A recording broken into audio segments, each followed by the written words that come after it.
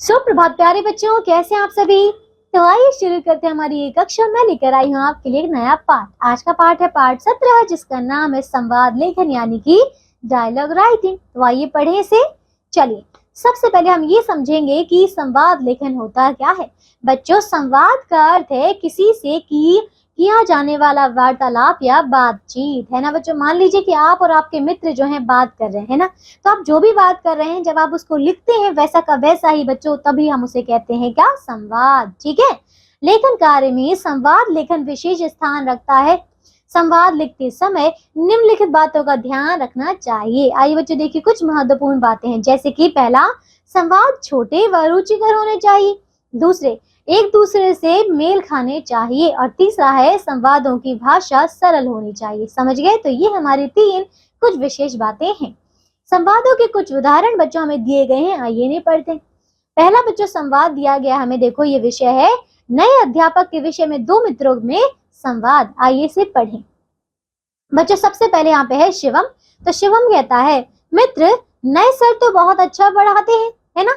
तो फिर गौरव कहता है, एक एक बात ठीक से समझाते हैं, है ना। उसने भी एक और बात बताई। तीसरा बच्चों शिवम ने कहा, मैंने कितनी बार प्रश्न पूछा था, उन्हें क्रोध नहीं आया, है ना। प्यार से तब तक समझाते रहे जब तक मेरी समझ में नहीं आ गया, है ना।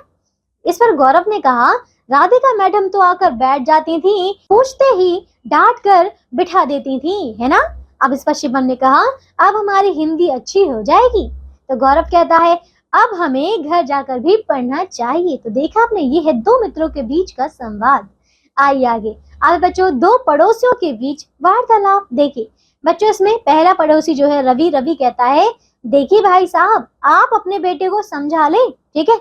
इस पर अमन ने कहा, उसने क्या कर दिया रवि जी, है ना। तो रवि कहता है, कल उसने खिड़की का शीशा तोड़ दिया। अमन ने कहा, रवि जी इतनी नाराजगी ठीक नहीं है, बच्चा है, यही तो उसके खेलने कूदने के दिन है ना। इस पर रवि कहता है, मेरा तो नुकसान हो रहा है, आप उसकी तरफदारी कर रहे हैं, है ना।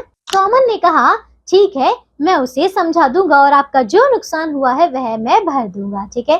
तो रवि ने कहा, मेरा यह मतलब नहीं था, छोड़ो यार, बस उसे समझा देना। तो देखा आपने बच्चों, ये था संवाद, ठीक है, दो पड़ोसियों का, है ना।